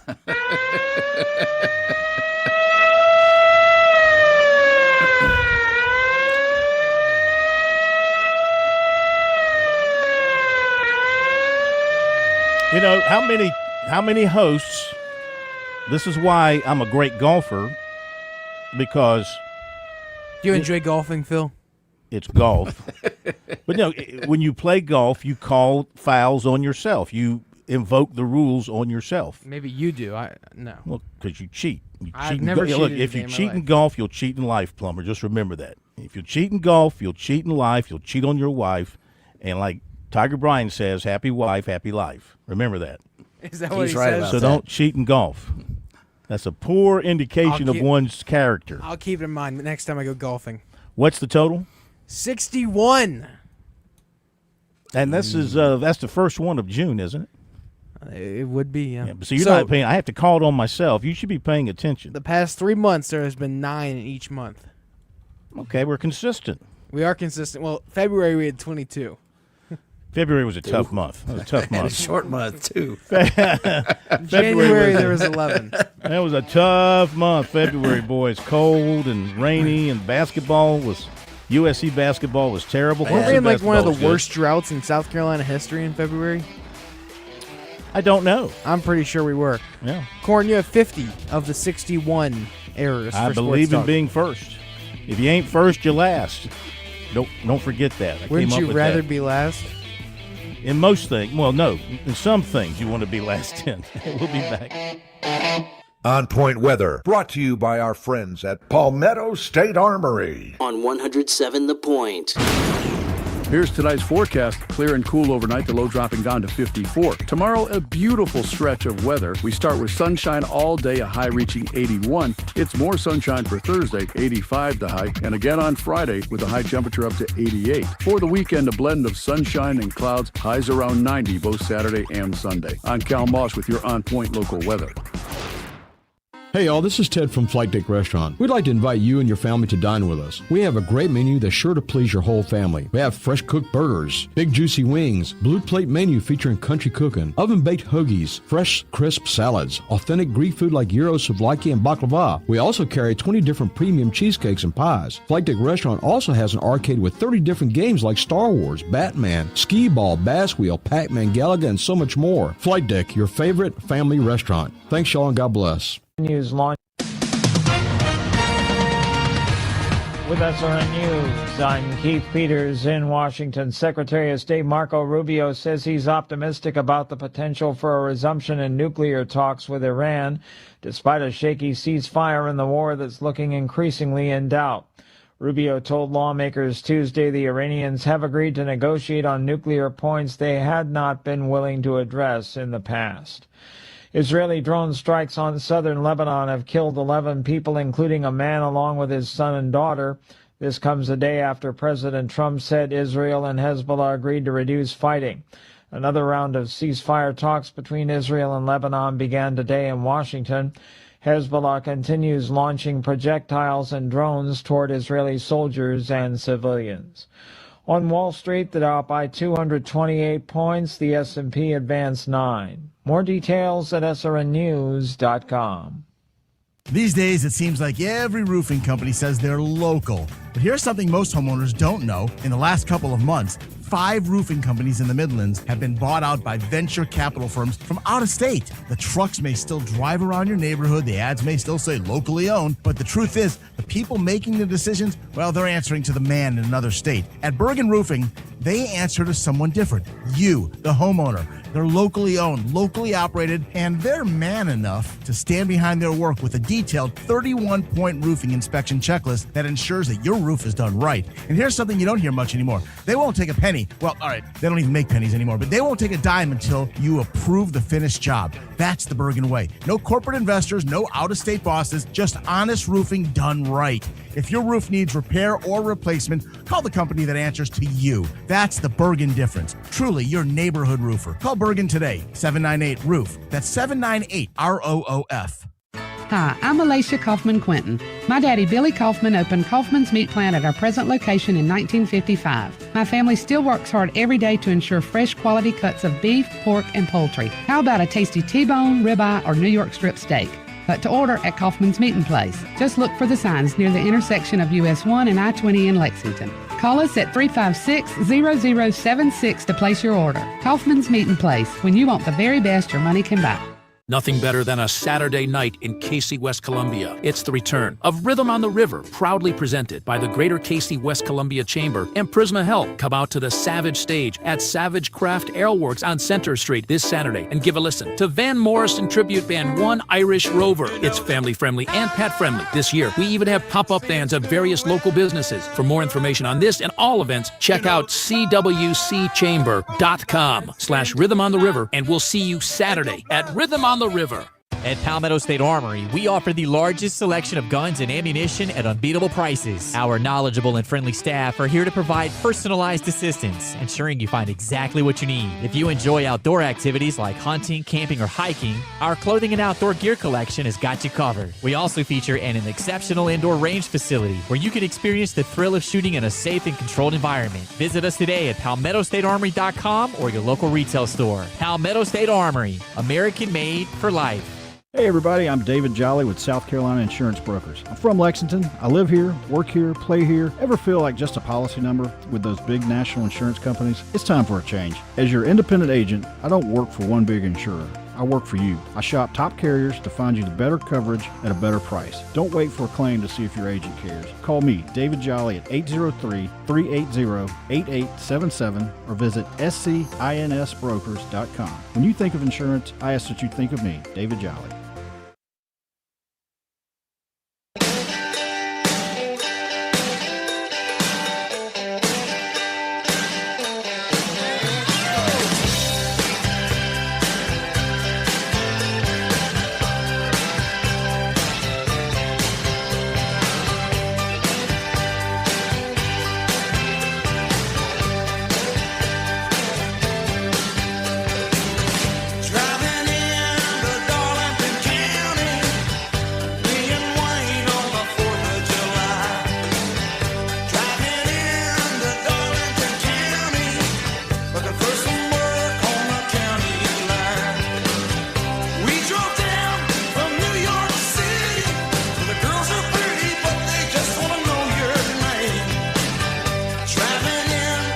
All right, time to talk NASCAR here on Sports Talk on this Talking Tuesday. Welcome in the presidents, El Presidente of Darlington, Josh Harris. Welcome in, sir. Good evening. How are you? Hey, good evening, Corin. Doing good. Great to have you with us. I thought we had a wonderful race. Nashville's becoming a real hot track for great finishes. We had that on Sunday night. I loved the setting. I thought the place looked packed with the fans. I think it was a great night and a great program they put on. Yeah, after a little bit of a delay with the weather moving out of there, once they got them going, it turned into a fantastic race on Sunday evening. And Denny Hamlin went, I think he did first to worst to first. Mm-hmm. He started on the pole and jumped the start, got too early of a start, got black flagged right at the beginning, had to work his way all the way from the back throughout the race, did that, held on with an exciting finish, battling a couple of his teammates at Joe Gibbs Racing, as well as a couple of the Chevys up front, and ultimately out-muscled him on that final restart and took home his 62nd career checkered flag. Amazing. And like I said, a terrific finish, a little over a tenth of a second between Hamlin and Bell, and you got Briscoe right there. A lot of movement up front, a lot of inside-out racing. I mean, the strategy was terrific. What about that track makes it conducive to that kind of a finish, to that kind of racing? It seems to me like pretty much year in, year out, we're getting great finishes there. Yeah, we've really gotten some great finishes in Nashville. I went to that race a couple of years ago when it was still mostly in the daytime, and man, you talk about a hot race.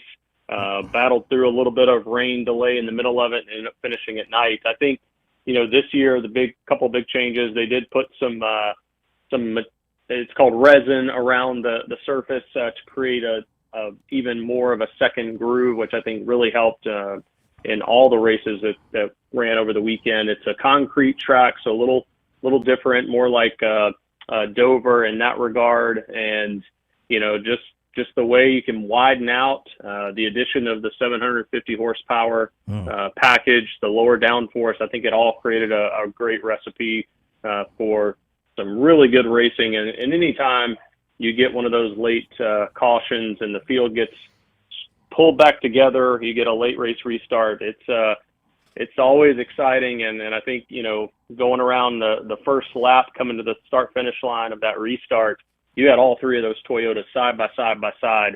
And again, ultimately Denny Hamlin pulls it out, but not without a hard effort from his teammates Briscoe and Bell. Christopher Bell. Shane Van Gisbergen finishes fifth. I mean, it's just a matter of time before he wins on an oval, right? Well, I think Shane continues to show how talented he is. We've known that on the road courses, the street courses. He's left no doubt, but I think he's continued to improve on the ovals, and now you're starting to see a little bit of that pay off. And I'm probably not going to get his quote exactly correct, but the essence of it is the more you run up front, the better your car drives. And I think he's experiencing that right now. Ran consistently in the top 10 all night. This is a couple of races in a row now where he's gotten really strong finishes. And that's honestly what you need, because it plays so much into the following week in terms of where you qualify, when you qualify, or in a situation like this weekend where qualifying was rained out and it's based on the point system and a formula based on your prior finish. It really helps to be able to start up front, and then if you've got a good car, you can maintain that position throughout the race. Who knew running out in clean air is a good idea in NASCAR? Josh Harris with us here tonight on Sports Talk, president of Darlington Raceway. They go to Michigan this weekend. Get into that in just a couple of minutes. We chatted with Jeff Owens. We have him on every Friday, Josh, to look ahead to the weekend, much like we do with you. And Jeff said, as we asked him going to break, who should we look for in Nashville? He said, watch those Toyotas. They're going to be fast. You hit on it a couple of moments ago. They went 1, 2, 3. What is it about the Toyotas in particular at Nashville, or what is it about the Toyotas and the way they've been running all year?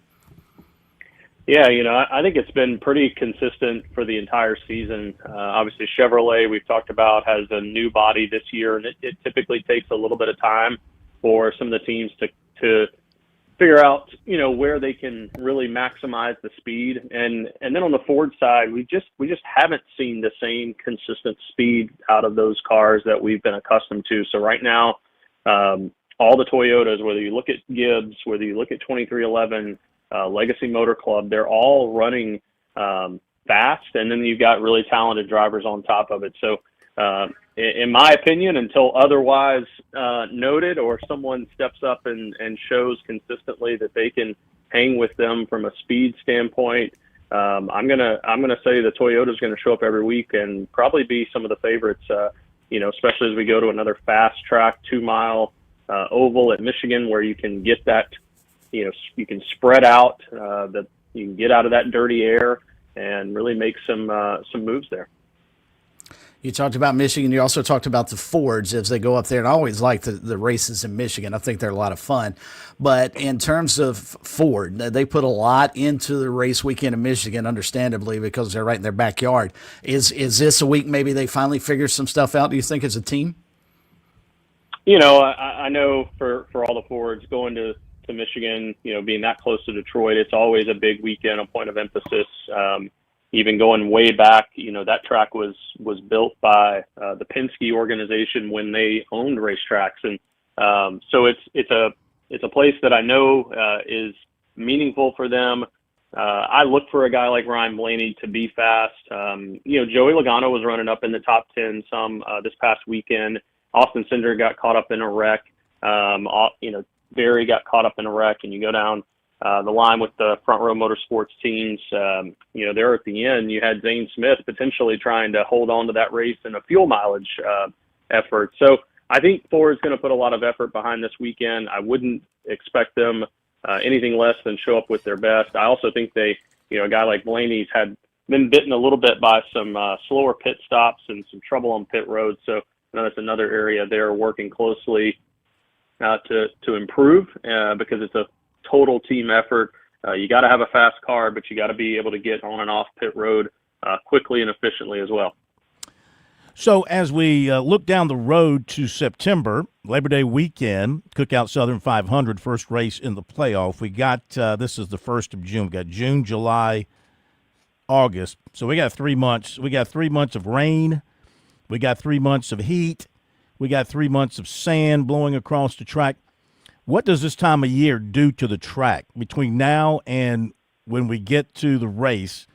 What kind of things impact the condition of the track from a weather standpoint that you'll be seeing here over the next 3 months? Yeah, I think obviously the heat and the humidity and the sun is just going to continue to bake that asphalt, wear it out a little bit more, maybe get the little shell pieces that are part of that mixture of asphalt coming a little bit closer to the surface, which means it's going to chew up those tires a little bit more when they come back Labor Day weekend. But between the sun and the rain that we'll get throughout the summer mixing in, it's going to create that perfect Labor Day weekend recipe for a Southern 500 that starts an hour earlier this year, so we're starting at 5 instead of 6. So we're going to run a little bit more of this race in the daylight than we're accustomed to, which means it'll be a little hotter, a little slicker, a little harder for those guys to keep the car under them, and that puts on some great racing when we come to Darlington. I didn't catch that, the 5 o'clock start. Maybe I should have. Is that a TV decision or a Darlington decision or a NASCAR decision or a combination of everybody? Yeah, it's a combination of all three. We work closely, obviously, with the broadcasters on that weekend. You've got so many things going on. The kickoff to college football season as part of it. We'll be on the USA Network that weekend. So I think it's partly, testing just a little bit to see if we start a little bit earlier, still get to finish under the lights. How does that work from a viewership standpoint? Maybe not going so late into the evening.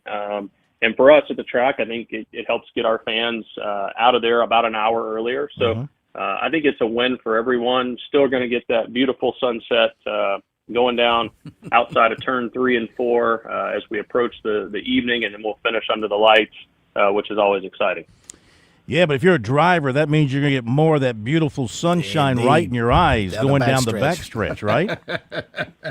That's That's right. You're gonna be staring it down a little bit longer this weekend than they're accustomed to. I know that's not easy. Just adds another element of challenge for the best stock car drivers in the world, and I'm sure they'd tell you they wouldn't have it any other way. Says here that Prime got 1.655 million viewers for their race at Nashville Sunday night. I think Charlotte the previous weekend had over 3 million. How is NASCAR feeling about TV ratings and attendance? To me, as I'm watching race by race, I don't see them all, but I see most of them. It looks to me like the crowds are big. Yeah, attendance has been solid across the whole season, week to week. I think Nashville announced the sellout. It certainly looked that way on TV. Mm-hmm. The only disappointing thing I think for Prime is both of these races, the last 2 weeks to kick their part of the season off, have been a little bit of a delayed start. But on the flip side, it gives viewers the opportunity to tune in for what I think, they do a phenomenal job on the broadcast, both the full pre-race show, obviously the in-race broadcast. I really like the things that they're doing. And then you stick around and you got a full hour or more of post-race coverage. So for motorsports fans, for NASCAR fans that love to get as much detail and information before the race, during the race, and after the race, I'm excited for these 5 races on Prime and look for that viewership number to continue to grow. And I think we're heading into some races where that strong attendance will continue. Michigan, then followed by Pocono, before we head out west to San Diego and race the Naval Base, and then followed up with Sonoma. So we've got some good tracks coming up, and I look for big attendance at all of them. All right, you got any tickets left for the Cookout Southern 500? I think the scoreboard in the office today said 96 days and away, so we've still got a few to go. But I wouldn't wait too long. Get out there to darlingtonraceway.com, get your tickets, come join us for the weekend. It's going to be an exciting doubleheader. We start the chase at Darlington, crown jewel event with the Southern 500. You don't want to miss it. Fantastic, sir. Thank you. We'll talk to you next week. Thanks, Josh. Thanks, guys. Thank you very much. El Presidente, love Josh Harris. He does a great job. Yes, he does. He has stepped into that role of great presidents at Darlington. Mm-hmm. I did not catch the earlier start time for the Southern 500 either, and that was the first thing I thought of. Oh, boy. Yeah. That's more time staring into the sun coming down the backstretch. Good luck, guys. Not an easy look, I'm telling you. No. You got to have that timing down in your mind or you're going to hit the wall. All right, be right back with recruiting. This is Major Billy Downer with the South Carolina Department of Natural Resources. Boating season is right around the corner here in the Palmetto State. As you get ready for this spring and summer, make sure your registration sticker is up to date and you have a copy of your registration card on board your boat. For more information on boat registration and answers to common questions, visit dnr.sc.gov.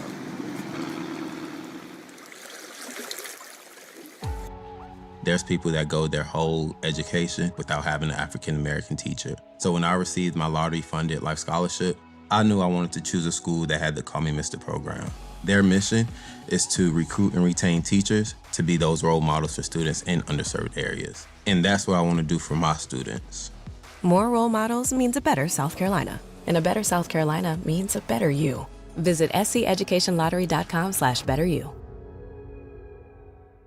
This is Major Billy Downer with the Department of Natural Resources, and I've got a message for all of our hunters out there. Whether you're on the water or going hunting on land, always tell someone where you're going. Be specific and tell them when you plan to return. Plan your hunt and hunt your plan. For more information on hunter education, visit dnr.sc.gov or join us on Wednesday nights for SC Wild.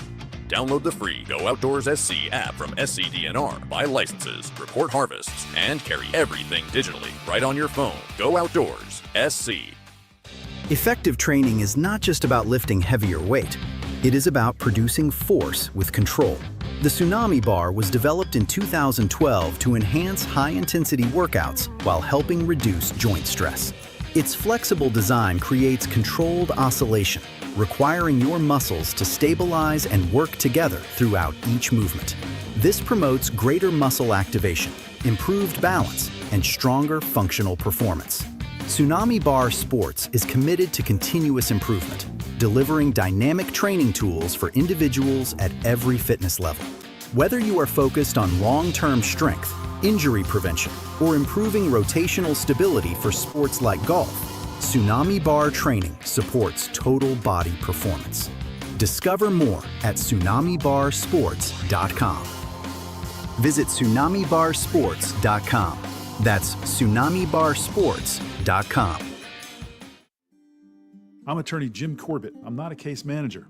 I'm a lawyer for over 35 years. I don't charge 40% for your injury in your wreck case or any on-the-job injury. Call 803-765-2968 and ask for Jim Corbett, or email me, jim@jimcorbettattorney.com, for the experience of a lawyer handling your injury case. Jim Corbett, 803-765-2968. Jim@jimcorbettattorney.com. Put 35 years of experience to work on your injury case.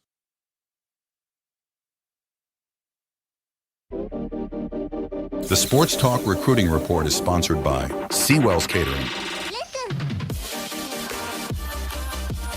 All right, that wasn't very nice, Plummer. He just determined my future afterlife. He said I was going someplace in the afterlife that is not a pleasant place. I don't appreciate that. I said if you didn't like some work that I did, then you can go to a different afterlife. I don't appreciate where you sent me in the afterlife. I'm not sending you there. I'm just saying that that's where you're going to go if you don't like my stuff. Time for recruiting. That's where I want to go in the afterlife. I want to go to Seawell's. I just want to be planted at the Seawell's Daily Luncheon Buffet. Which location? The new one. Just plant me facing it, and my spirit will float inside every day between 11 and 2. Right underneath or right next to the sign. Right next to the roast beef. All right, time for... They might let you be cremated and sprinkled onto Seawells. Oh. I would not go that day. That's pretty disgusting. Did you want your funeral at Seawells, Phil? They can cater it. Yeah, I'll be happy for that. All right. Why don't you ask them next time you're over there if they'd mind if you got sprinkled on the Seawells? Yeah, I'll see what kind of reaction I get. All right, we got to go here. Seawells bringing you the recruiting report. Don't forget the Daily Luncheon Buffet. Tomorrow, what you got? Tomorrow, Southern Fried Chicken, meatloaf. The meatloaf. That's not what you're supposed to say, but carved rosemary pork loin and barbecue chicken. They had roast beef today, so you missed out on that, Phil. Not a roast beef Wednesday. No, Tuesday. Come on, it's a Tuesday. I'm a day off. Who does roast beef on a Tuesday? But anytime you got roast beef, that's good. And Seawells is, of course, the people to contact to help you out when you've got a special event that requires the very best in the catering business. You just give them a call and talk it over with them. They'll give you a great plan, a great price, great execution, great cleanup. 803-771-7385. Sounds like a murder scene. And online at SeawellsCateringSC.com. Today, Clemson commitments.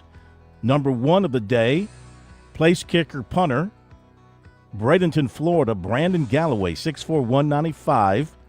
Had planned to make a commitment on July 4th, but after taking that visit to Clemson, decided that was enough, didn't need to go anywhere else.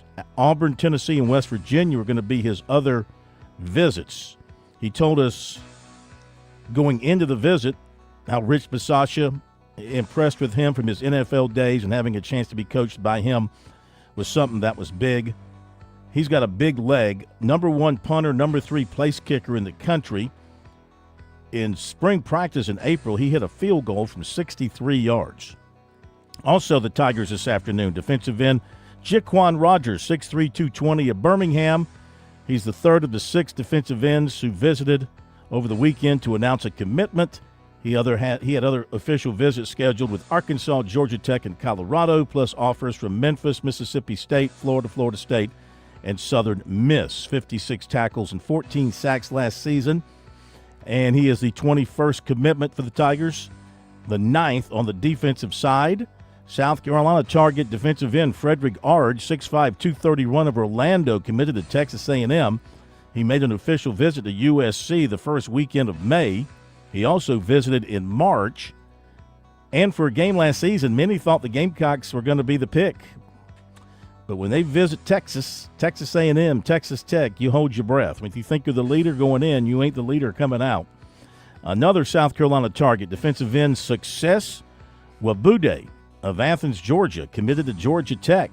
Another South Carolina target, defensive end James Pace of Hyattsville, Maryland, announces on June 19th, Gamecocks, Tennessee, Maryland, Georgia, and Auburn.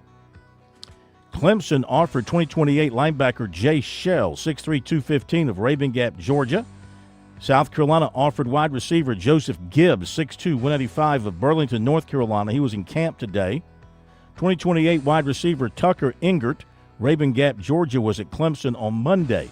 2028 defensive end Nasir Walker of AC Flora plans to visit Oregon June 17th. 2029 running back Braden Bolts of Crestwood was offered by Auburn. On our website, you can take a look at a long list for both USC and Clemson of campers who've announced that they will be camping at those respective locations this week primarily. From Clemson, though, some of the 2027s who are camping, Sherrall receiver Nick Gordon, quarterback free safety Guy Turner of Somerset, Kentucky, tight end defensive end Garrett Veter of Germany, he's 6'7", 240, Irmo defensive back Jaden Arrington, offensive lineman Ryan Corrigan, 6'6", 325 of Hudson, Florida, linebacker Xavier Collins, 5'10", 210 of Fredericksburg, Virginia, running back Kalen Minzy, 5'10", 195, Richmond Hill, Georgia, offensive lineman Ezra Jordan, 6'5", 300 of Douglasville, Georgia, defensive back Dayton Foster, 6'1", 190 of Ringgold, Georgia, defensive back Cruz Evans, 6'1", 176 of Chatham, Illinois. Those are all in the 27 class. Quarterbacks include 2028 Hayden Yeoman, 6'1", 200 of Harlem, Georgia. 2028 A.J. Wheeler, 6 feet, 168 of Covington, Virginia. And 2029 Slade Etheridge, 6'3", 200 of Tyler, Texas. And 2029 Jack Parsons, 6'3", 190 of Orlando. Those are quarterbacks. USC today, defensive end Jaden Bryant of Irmo was at USC for the camp. Hale McGranahan of Gamecock 247 had the scoop on that. Of course, he's been committed to LSU, but just took a trip to Miami. Garrett Veter of Germany, also going to visit South Carolina. Tight end Elias Wilson of Denmark. Not South Carolina, but the country. 6'5", 215. He's going to be visiting South Carolina in camp. Yeomans and Wheeler, the two quarterbacks, also going to be at South Carolina camps, as well as 2029 quarterback Jake Zamosny of Ashley Ridge, 6 feet, 175, and 2029 Elijah Williams, 6'4", 215 of Spring Valley. And there you go with recruiting here on Sports Talk. Very quickly, we owe him a phone call. We owe him the air for the last minute or so. When he called us, he was in Pamplico. Now he's in – no, it's the other way around. When he called us, he was in Hannah. Now he's in Pamplico. John, in Pamplico. Got about a minute. Welcome, sir. How you doing, Professor Korn, Associate Professor Berge? We're doing just fine. Hey, I appreciate the promotion. Can I be a teaching assistant? Yep, TA. Go ahead. Your argument about the league in reference to college baseball is pretty much getting blown out the water in the regional. Yep. The little guy's proven to be the big guy many times. Yep, because my bracket isn't as much busted as it is Hiroshima and Nagasaki. Destroyed. Totally destroyed. I hear you. I hear you. Hey, we got to run. Call back tomorrow night. We'll give you more time. Sorry we got to you so late, but it was very busy. I'm sure you enjoyed the walk from Hannah to Pamplico. Hey, we'll see you tomorrow night.